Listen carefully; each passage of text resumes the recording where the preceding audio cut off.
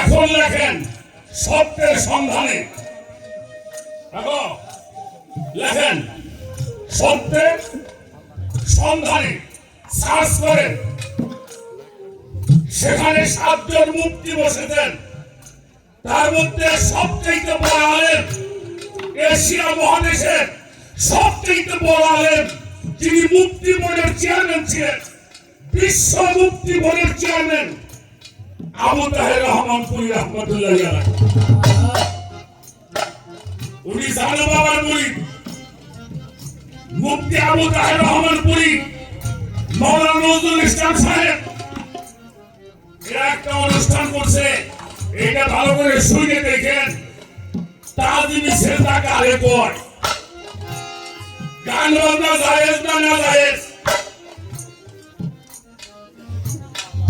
ভালো করে শুনেন।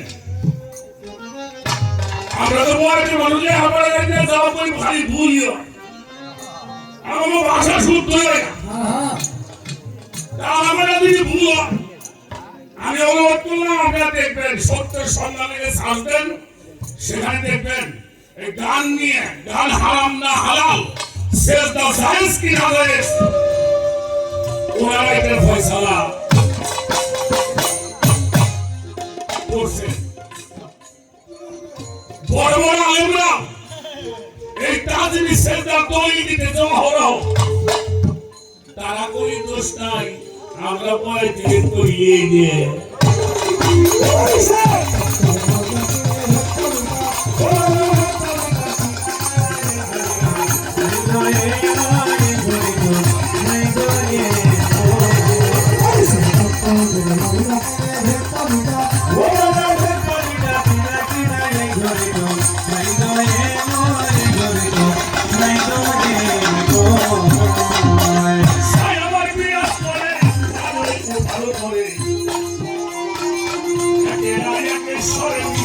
হাওয়ায় ভালো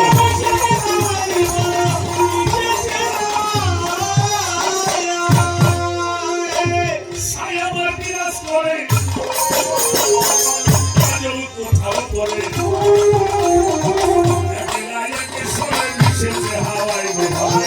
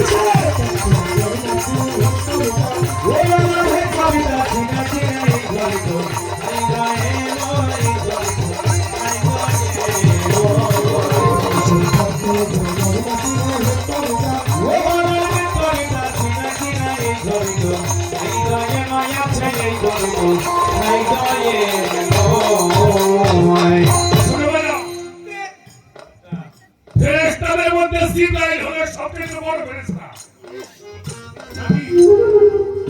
বলেন যিনি ওহী নিয়ে নবীর কাছে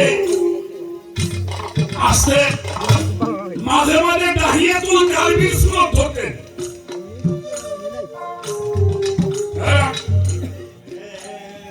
এটার নাম হলো হাদিসের জিবরাইল। হুজুর পাককে মেরাজের খবর দেওয়ার জন্য আসছে। আমার রাসূল পাক তো শুয়েছিলেন, কন্যার অবস্থায় ছিল, ঘুমাই নাই। আস্তে তো জিবরাইল মনে করছে হুজুর পাক ঘুমিয়ে পড়ছেন, ডাক দিল ফরাবে হয়ে গেল।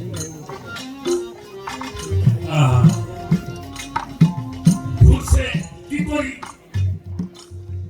আল্লাহ বলল কাব্বি কলমাই জিবরাইল, ও জিবরাইল আমার বন্ধুকে ডাক না দিয়ে তুমি আমার বন্ধুর কলমের মধ্যে চুমা লাগাই দাও।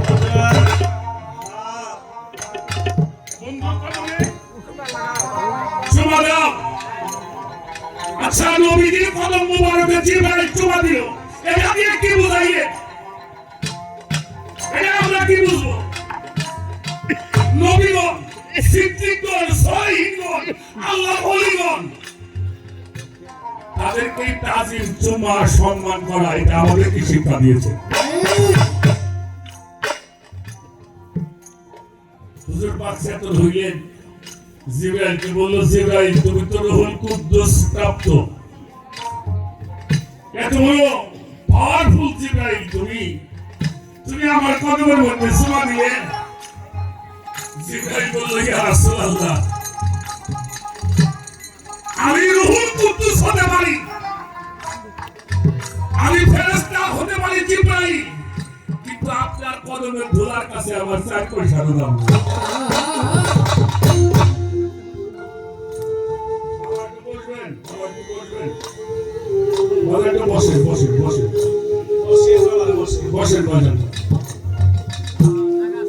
বাবাজি যেই সন্তান বাবার পায়ে চুমা দেয়, যেই সন্তান মার পায়ে চুমা দেয়, ওরা মানুষ না হলে অমানুষ হবে না।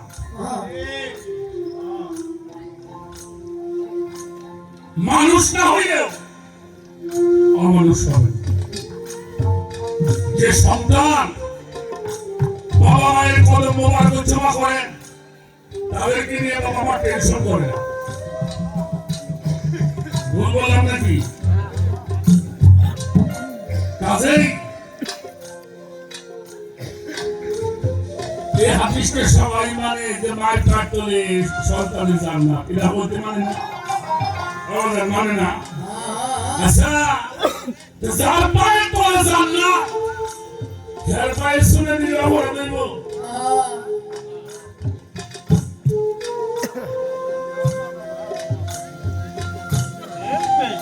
ছোট হয়ে যাও। আপনাকে জানা একটা ঘটনা আমি শোনাবো, তারপরে বলবো।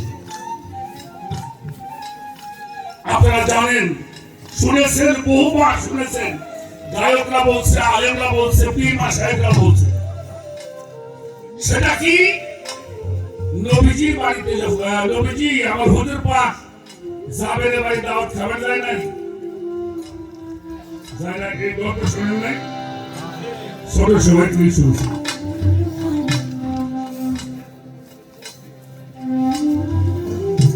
জাবেরের 2টা ছেলে মারা গেছে, এটাও শুনছে,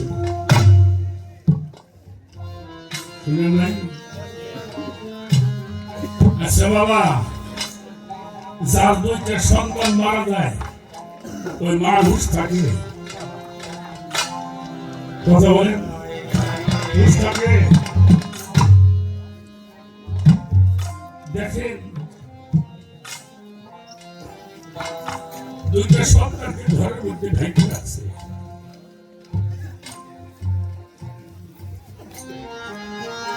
কেন ঢেকে রাখছে? আমার মুর্শিদ আমার গৃহে আসবে, আমার মুর্শিদ আমার গৃহে আসবে, আমার দয়াল আমার গৃহে আসবে। বাবার সন্তান আপনার সাথে যাবে না, কোন সন্তান পাপের ভাগ নেয় না, মা পাপের ভাগ নেয় না, বাবাই পাপের ভাগ নেয় না, কিন্তু মুর্শিদ পাপের ভাগ নেয়।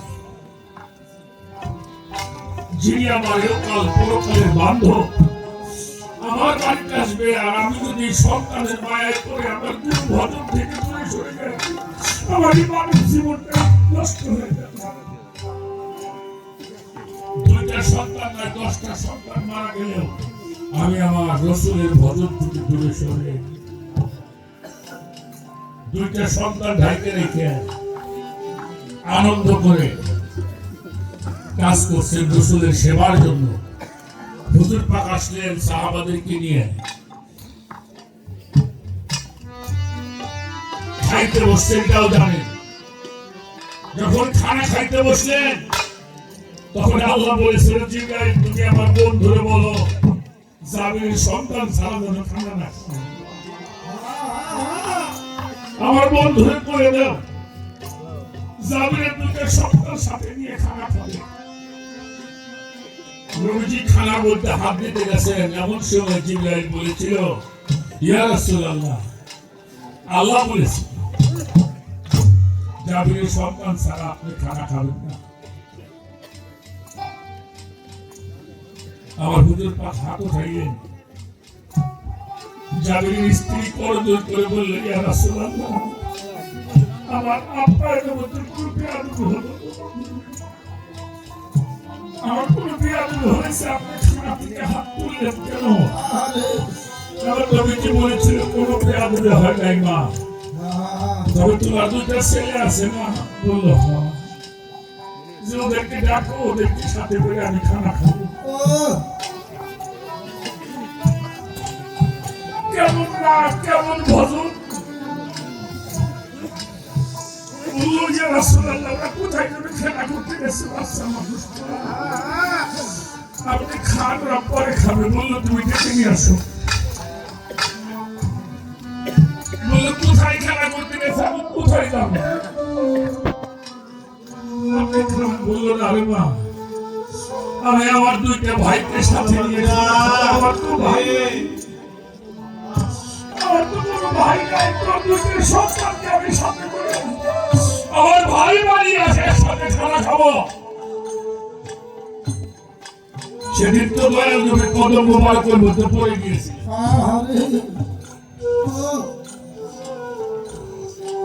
দুজন মিলে নবীর কদম মোবারকে পড়ে গেছে।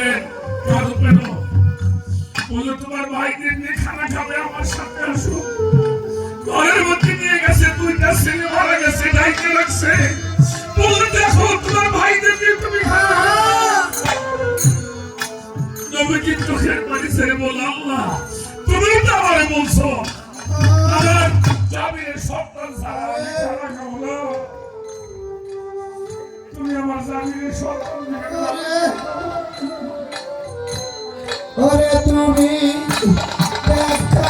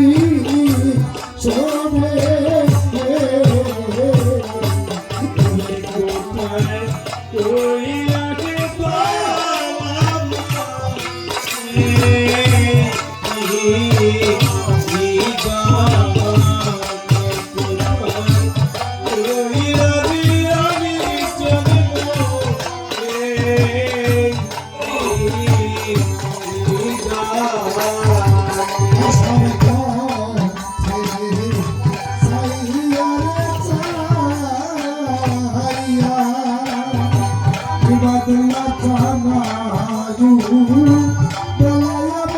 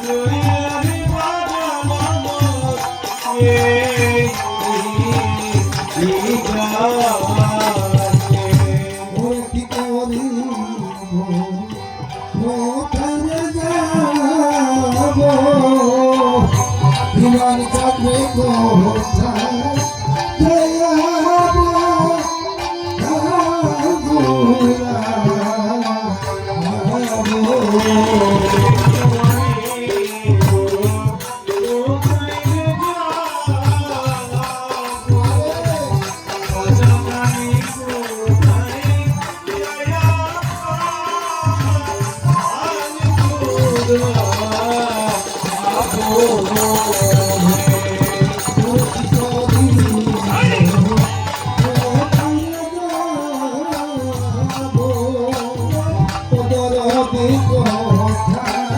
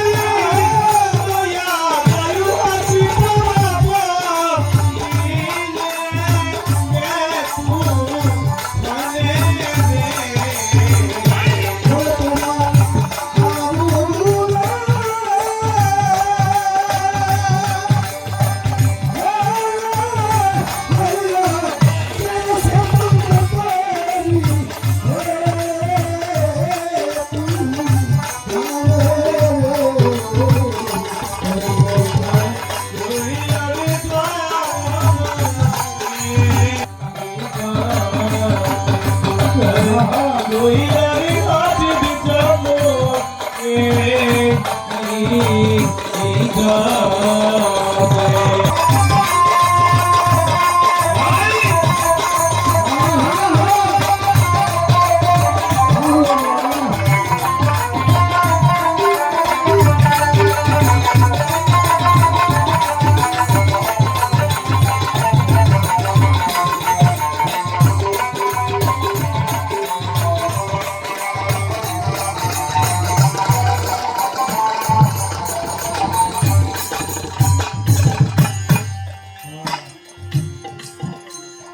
বাবা, গুরু তো গুরু নয়, গুরুকে প্রভু মানিতে হয়। এই জন্য সাইকেল আলন ছায়ামার বিরাজ করে, কাজল উঠানো পরে একে একে স্বরে মিশেছে হাওয়া, মন মানি সেই হাওয়া ধরে সাধন করে আগের ঘরে, তাহলে সাধন মিলে পাবি না রে ঝলক মারে কেমন শব্দ।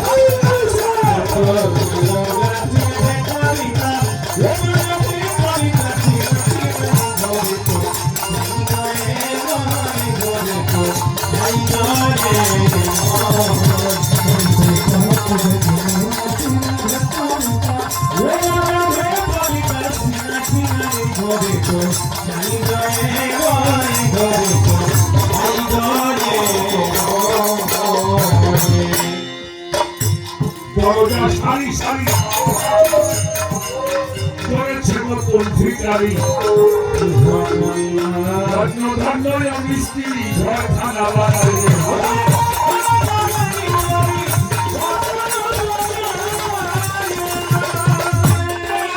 সারি সারি করেছে নতুন ভিখারি, ধন্য ধন্য মিস্ত্রি ঘর খানা বানাইলে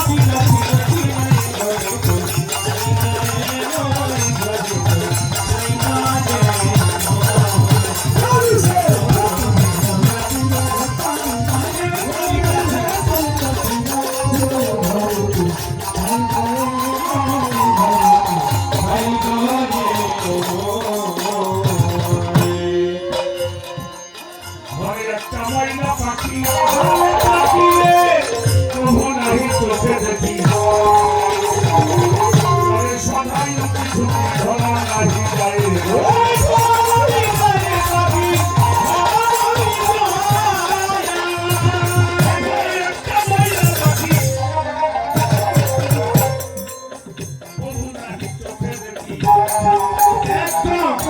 ওরে সাদা রুটি ঢুকি ধরা নাহি